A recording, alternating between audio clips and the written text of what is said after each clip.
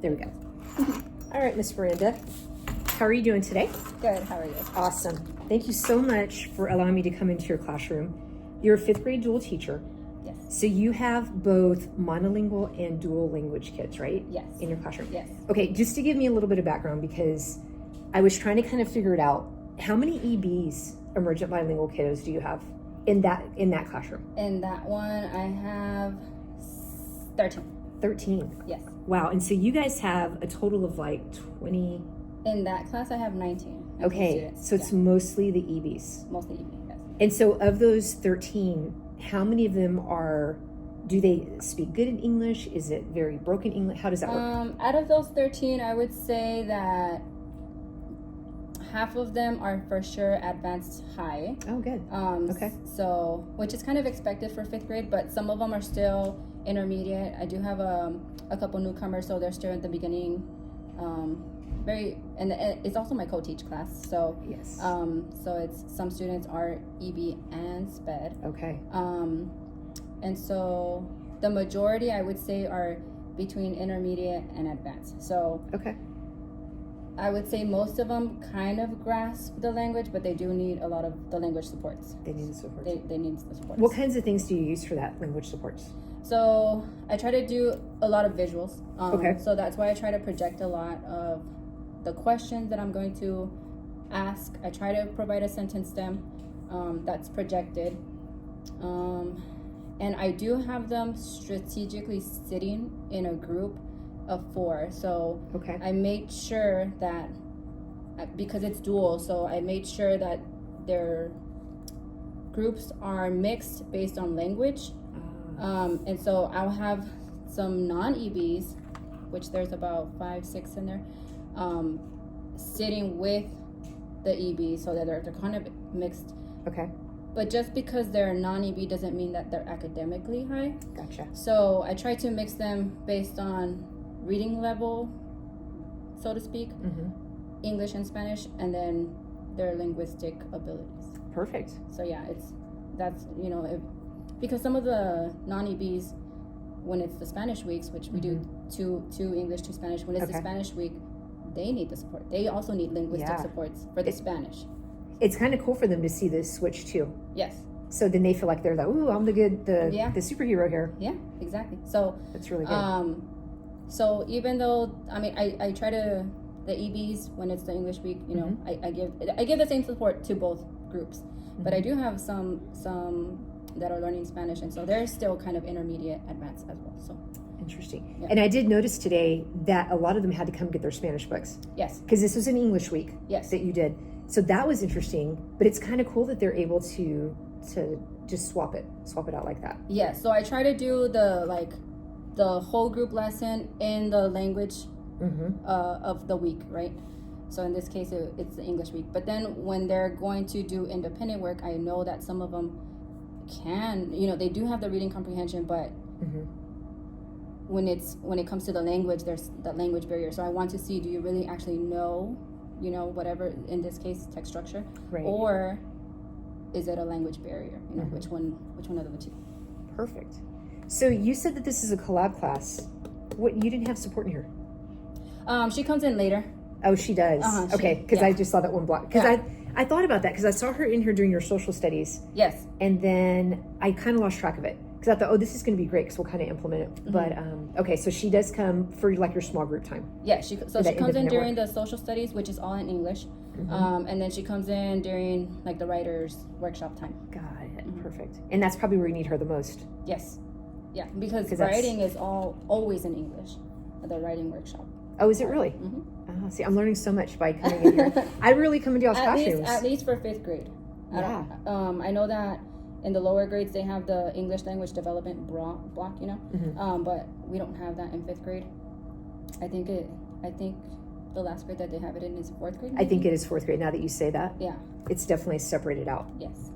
And they're going to transition to middle school, which there really isn't. If they continue the dual program, then yes, but that's Yes. like a magnet program. So, Yes. so we have to just make sure that they're getting used to writing in English. So almost all of them will go to an English school in 6th grade. Most of them. Because there's only one, I think, right? One dual language Like you said, the magnet program, one school. Yes, that we feed it. I think there's like, our district has maybe 6 of them. Yeah, but something that's close enough for these guys. Close enough, yeah. It's Bradley Middle School. I'm just curious, how many kids normally do a lot of them I do would the say magnet? about 1/3 to a half. Really? Mm-hmm. Yeah. And does that They go all the continue. way through middle school?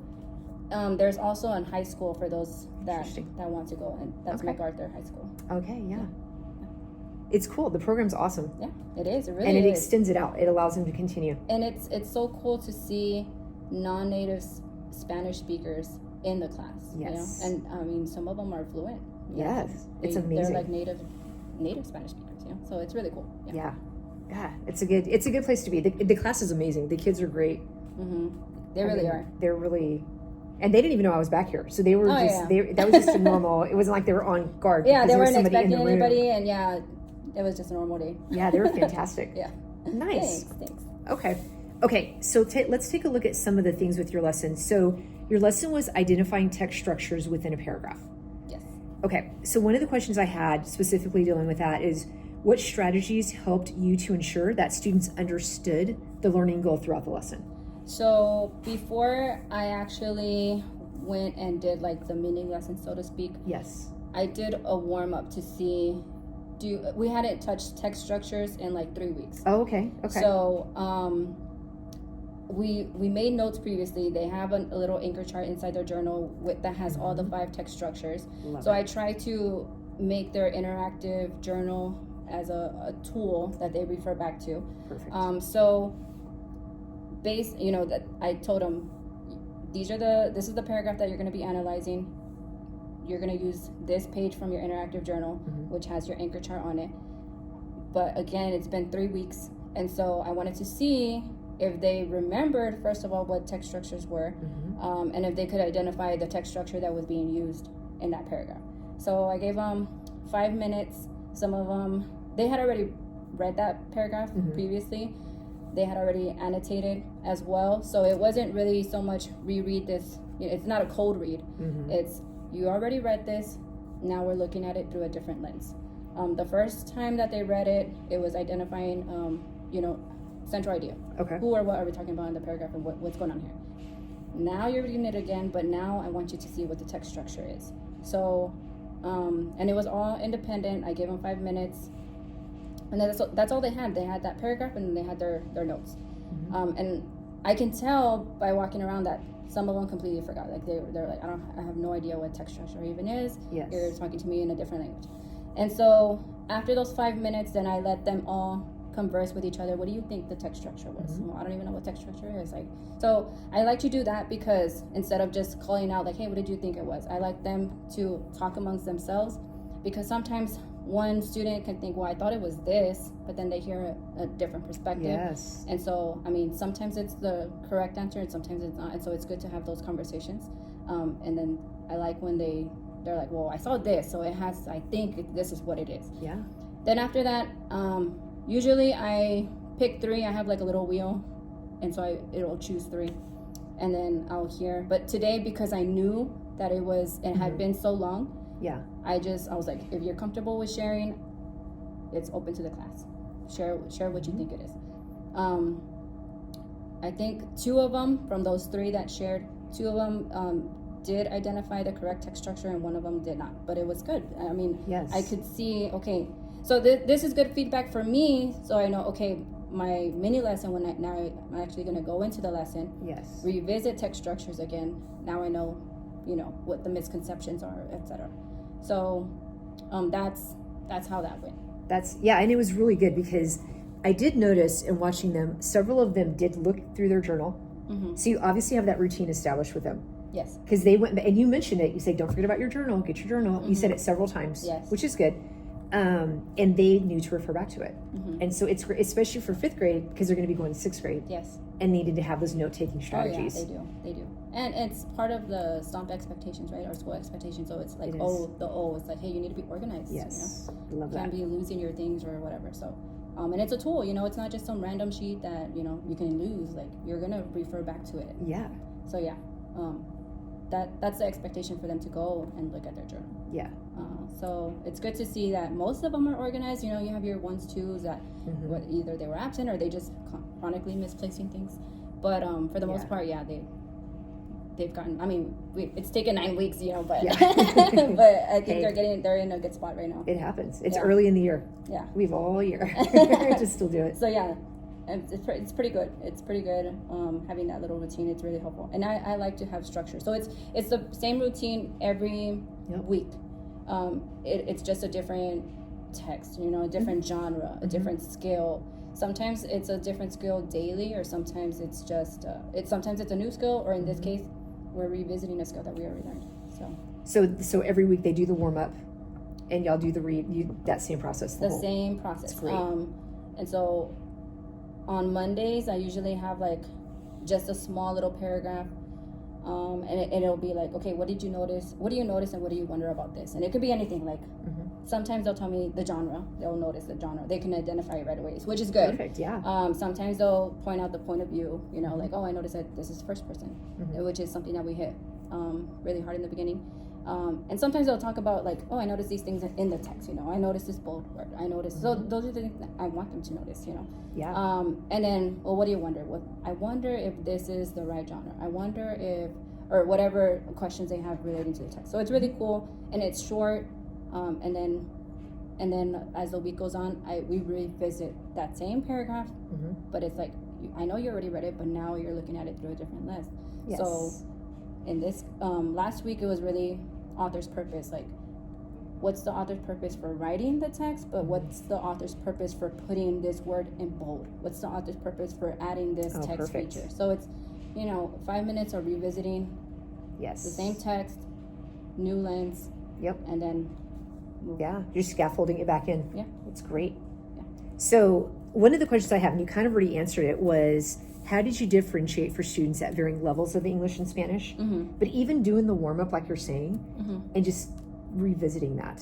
Yes. Is there anything else that you do for those struggling on the weeks that they're off? Like today's an English week. Right. And so I the lesson is the same. I make sure that it's tier 1 instruction for everybody. But then when it comes to, okay, so after we do the warm-up, after I do a mini lesson, like this week we're going to revisit text structures. These are the, you know, what are the 5 text structures, things like that. Then I give them an assignment to work as a group. Okay. And so that's when I would differentiate further, and I'm like, okay, if you're really struggling with the language, whether it's in English or in Spanish, move to this table, we'll work together. So you're still going to work with a group, but now I want to see if you can actually do it based on the language that you're more proficient in. But in the beginning, you're working with your mixed group, whatever your group is. Sometimes they understand, sometimes they don't, but then I give them the opportunity. Okay, now do it in this. And I noticed at this table here, you moved some kids. You said, I need you to come to this table. Yes. So, but it was kind of seamless. So I don't even think that they realize that you're grouping them by ability. Oh yeah, they don't even. They're just like, okay. So because they were kind of grouped up. And I was kind of curious, and then you're like, come over here, and it was great. Yeah, and so whenever they move on, like based on the language, again, whether it's English or Spanish, whenever, and I'm like, I'm not telling anybody where to move, but as far as like, no, I think you're not ready for the English group or whatever. Like, no, if they feel like they need the support, then they'll just, they'll move. Okay. But then sometimes a group will end up with one person left, because their group members move. So then I'll move them out. I'll say, okay, now you move to this group. Based on, okay, this group needs someone that's either really strong in the reading or whatever, or this student that was left alone because their group moved based on language needs support. So you go sit over here, this group. When it really mixes them up. So that way they're not working with the same kids all the time either. Yeah. So like you said, different perspectives, so important. Yeah. No, and it was seamless. I mean, it was very, I'm just kind of like, what's going on over here? Just kind of chilling, looking at it. Yeah. Excellent.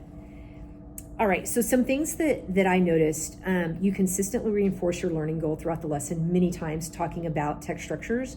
Like you said, we're identifying text structures. I mean, you had to say it like 12 or 15 times, but they need it, and I mean that in a good way, that because they're like, okay, you're just really drilling it in. So I thought that was really strong. And then you asked, how did the author organize the text? So you kind of changed it a little bit. And it's like, well, how do you know? Well, what is he doing? So it was good. Yeah. I think that was very much a strength. You also ensured that all students understood what they were learning and why. That was the thing, was the why. It wasn't just the text structures, but you were going to more depth in that piece of it. So some things that you said today, based on our conversations, what do you think the focus for today has been so far?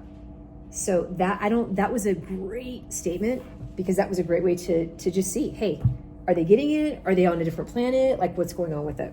So that was a very strong statement.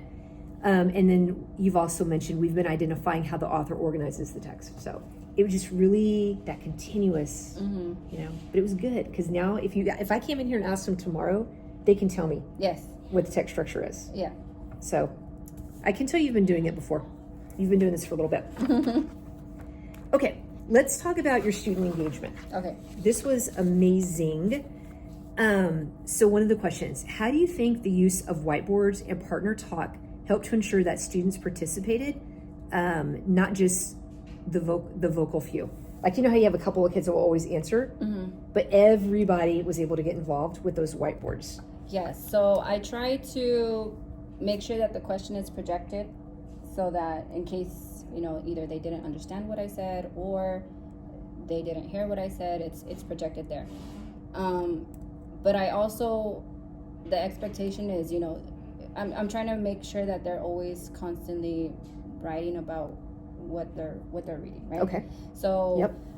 And sometimes if it's just verbal conversations, that's great. Yes. But then again, you have your few that do all of the talking. Yes. So it's like, okay, so I'm giving you an opportunity to talk and to hear, but now you write. What did you hear? Yes. Or what did you think? Write it down on the whiteboard. And I think using the whiteboard, that it's fun. It is fun. They love it. And in reading, you have to make it fun somehow. Yes. So just adding. They could have just written that on a piece of paper, but it's just something about the whiteboard.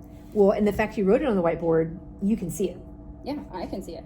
And so that tells, I like to use the whiteboard too, because, if they make a mistake, it's so easy to erase it. And yes. It's like, it's okay to make mistakes, Yes. And so it's just something that you can easily erase it and then fix it. And so we use the whiteboard to then type out our response. So I think typing is a lot more, well, they're in 5th grade, so it's just, finding where's my letters and things like that. So whiteboard is just a quick write, and then, okay, now we're going to type it out. So it's almost like I don't want to say that they have the right to make a mistake on the whiteboard before they put their true thought into the Google Classroom. Yes. Yeah. And they have that freedom. Yeah, they have that freedom, and it feels safe to make mistakes. Yes. On the whiteboard. Yes. And it's just like, okay, I could just erase it.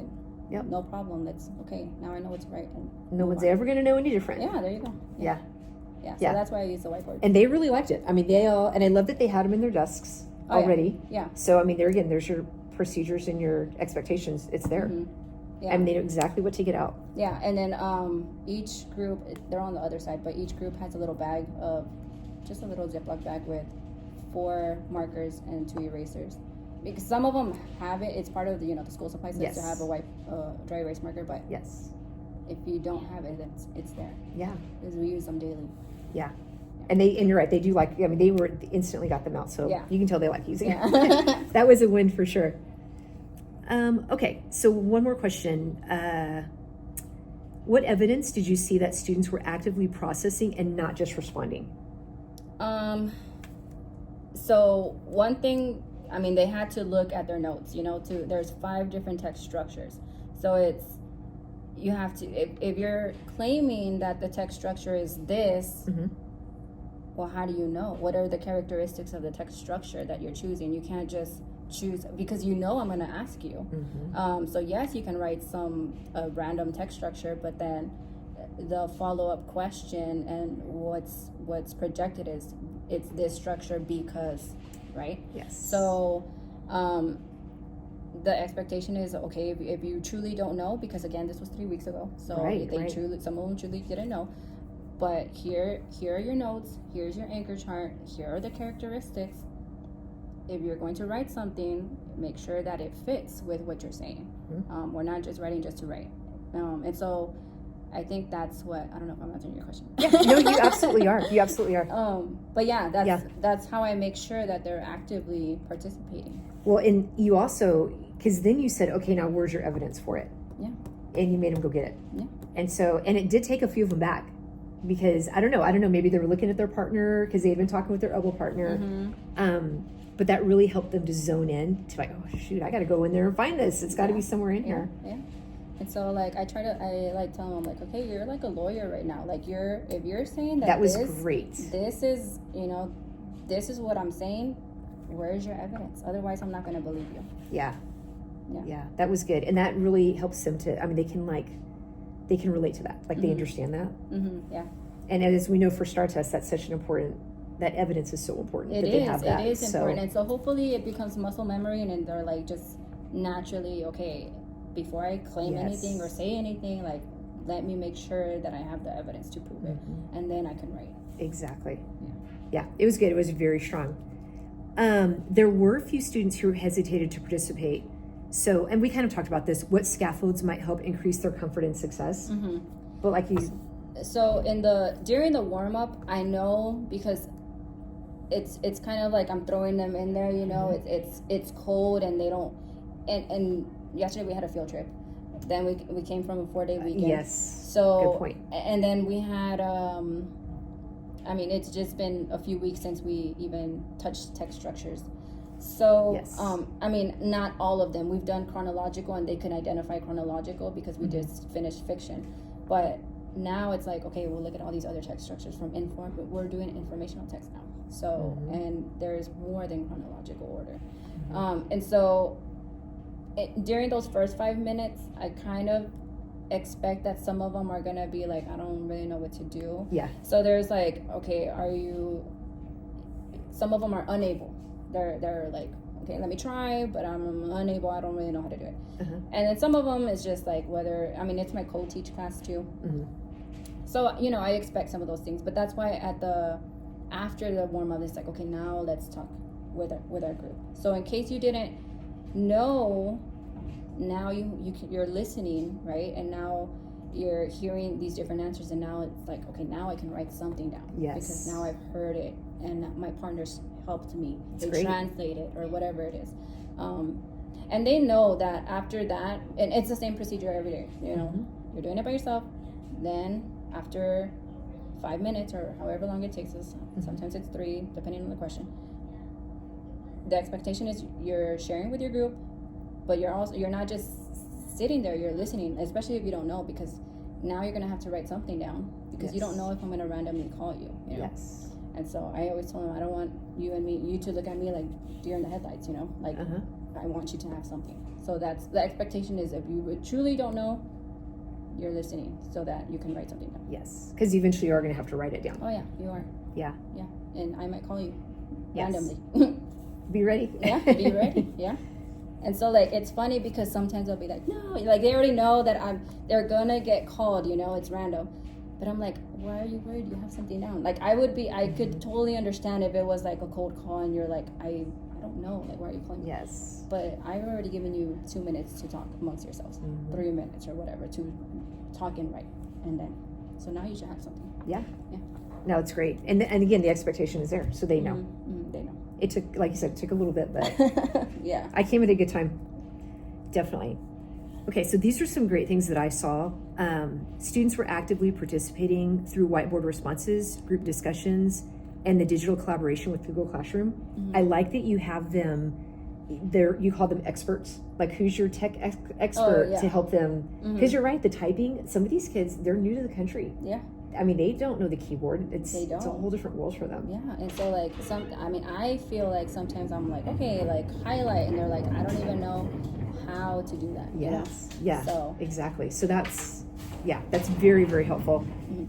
Also, what I really liked is you did a great job in using timed tasks, peer sharing. Like you said, partner A and partner B, and then they swapped. So it was good because it gave them different variations. It wasn't them working with the same person every time. Right. You know, they were able to swap partners a little bit. Yes. Which is really good. These structures really sustained engagement and promoted participation from all students. Some of your evidence, go ahead and write it down on your whiteboard, share with your partner A, partner B, and then the waterfall thing is great. When you're trying to get them back on task. Yes. And you say waterfall, and they've got that. They got it down. Okay. How are we doing on time? What do you feel went well in ways students identified and discussed text structures? Like, what were the successes of this lesson? I think after doing the warm-up and then after having them do it in a group, I feel like some of them understood, okay, the author organizes a text for different purposes, right? Okay. And so not most of them, we're like I said, we're coming back to this, so this whole week is going to be different paragraphs with different text structures, and hopefully by the end of the week they can identify, most of them can identify the text structure from that paragraph. But I think today, based on, we're coming back to it, I feel pretty good as far as like some of them being able to identify the text structure from any text. Some of them might not even need their notes anymore because they're like, okay, if you give me the answer, if you give me a word bank of these 5 text structures, I can pick one out. Yes. Some of them are still going to need, okay, let me see the characteristic. I still need my anchor chart. But it's okay. I expect that today. Tomorrow, when we do this again, I feel like more students are gonna understand the question. I think just seeing that warm-up question, because they hadn't seen something like that in a while, that kind of threw them off. They're like, I don't even know what you're asking. Yes. And so I think tomorrow when they see that question, they're gonna be like, oh, it's one of these text structures. Now I know what she's talking about. Will they all be able to identify the correct one? I don't know. We'll see tomorrow. But I feel like most of them are gonna get it. They seemed on it today. I mean, I think that maybe once y'all started talking about it, all came back to them. Like you said, just opening that dialogue up. Yes. But I mean, they seemed pretty comfortable today. Granted, I wasn't walking around and seeing what they were writing. You were. But yeah, at least I think it's going in the right direction. Right. And then I did see some students, because one of the paragraphs was a problem and a solution. But I did see some of them write cause and effect, which is like, you're not wrong, but that's a good talking point for tomorrow. And it's like, okay, so these 2 responses are correct. It's cause and effect, and it is a problem, a solution. But if given these 2 options, which one would be the best? That's something I'm going to address tomorrow. Love that. And I wouldn't really have known it based if I didn't walk around and see it. Like, okay, and most of them were spot on, but I did see a group that all of them said cause and effect, and I'm like, you're not wrong, but tomorrow maybe like which one would have been the better response. Yeah, you can just bring it back and have them kind of readjust that. Yeah, that's great. That's perfect. All right. Okay, let's take a look at, so let's talk about depth of questioning and student thinking. So one thing that I was seeing was, while students responded to identification style prompts, opportunities for higher order thinking were a little bit limited. How do you think that the questions were good, but some of them they were getting it. Others needed that, but for those extended learners, like how could you maybe change the questioning a little bit? I think today, for sure, the questions are going to be a little bit more in depth tomorrow. But today, because I just wanted to get a feel. Yes. They were kind of, so I have a 1-pager that we just started. Perfect. So that was the Google Classroom activity. Yes. It has 4 different questions on it. So we just did the first one today, which was, it's just a little bit basic, but tomorrow the objective is for them on their own to just pick a random page from the text that we already read, and it's like, you tell me like or it can go 2 ways. You tell me what the text structure is based on this page of whatever it is that you read, or I'm going to give you a text structure, cause and effect, let's say. Where in these 5 pages is that presented? Perfect. So, because some of them they're like, okay, I actually didn't expect them to get it as quickly as Oh, they did. yeah, I see. Which is, yeah, I mean, that's monitoring and adjusting, right? Yeah. Yeah, exactly.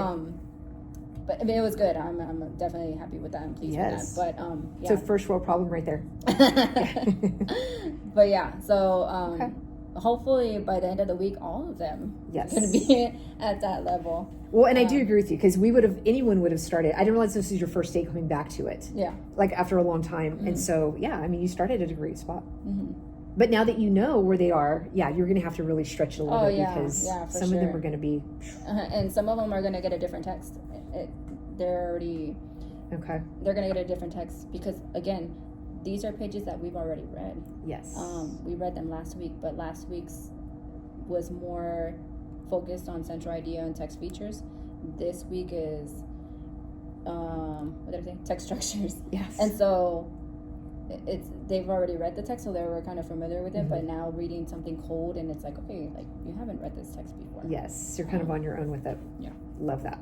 It's a great progression. Mm-hmm. Very, very good. Okay, I know we're running short on time, so one more little area, because Okay. I know you have to pick up kiddos. Okay, in looking at creating interactive co-constructed anchor charts, how have you used anchor charts in the past within your classroom? And well, let me ask you this actually. Do you have an anchor chart with text structures? Because it's Spanish, so I can't really read that. I do have one. It's mini. It's in their journal. It's You in their mentioned journal. that. Yeah. Okay. My goal is to have anchor charts that are just templates. Like, if let's say the skill is central idea, I just want a blank graphic organizer. Okay. That way I can just write like this is the story of the week or whatever, and just have it that way. Love that. But right now it's everything. All the anchor charts are in their journal. Mm-hmm. And they're obviously going to their journal. Mm-hmm. Do you think it would be helpful? Fifth grade is a different world because you work with the littles. Would it be helpful to have it on the wall so you can actually point to it? Yes, and I do. Like I used to have it on the wall, but this week actually I've been trying to like rearrange to see like where am I going to put things. Okay. And so I noticed that like I'm still like figuring out the space. Like I know it's been 9 weeks, but 9 weeks is not a long time. We all know how fast it's gone by. Yeah. But I'm trying to be more strategic of where I place things. Okay. And so I don't want things to just be there because they're there and it becomes busy. So, but yeah, I definitely need to put up an anchor chart that has just the text features because that's what we're focusing on this week. And it would be a whole lot easier just to point on it. But I project it on the... Yes. I projected on there. I didn't today, but they have it there. And they referenced it. Yeah. They knew exactly where to go. You told them, but even before you told them, they were already flipping to it. So they know where it's at. Yes, they know. They definitely do. Yeah. I don't know, just as those English learners and Spanish learners, you know, sometimes it might be easier. I don't know, but you've been teaching this a lot longer than I have, so.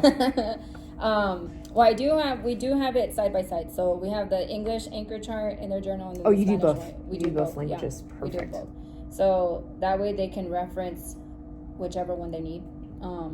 But Yes. I mean, I do know that it would be helpful to put it up. I just haven't done it. Yeah. It is girl, it's a work in progress. I know. We all. But I mean, overall, man, your lesson was awesome. Like, I was actually surprised that it went by so quickly. And I kind of wanted a little bit more of it just because your class is so good. They're so good. And that's because of you putting those processes in place. But I mean, I think every single student was engaged. There was every now and then I could see them kind of like when you're walking over here, they're kind of chatting a little bit, but then they got right back on. And so, I mean, you're doing a great job. Oh, thank you. So however you're doing it, keep doing it. Okay. And we might have to have teachers come in here and you can model for them sometime. We'll talk about that at another time. Yeah. Okay. I don't mind at all. But I really appreciate your time. No. Yeah. For And- sure. Anytime. Yeah. Anytime. Come in. Thank you so much. Yeah. Awesome.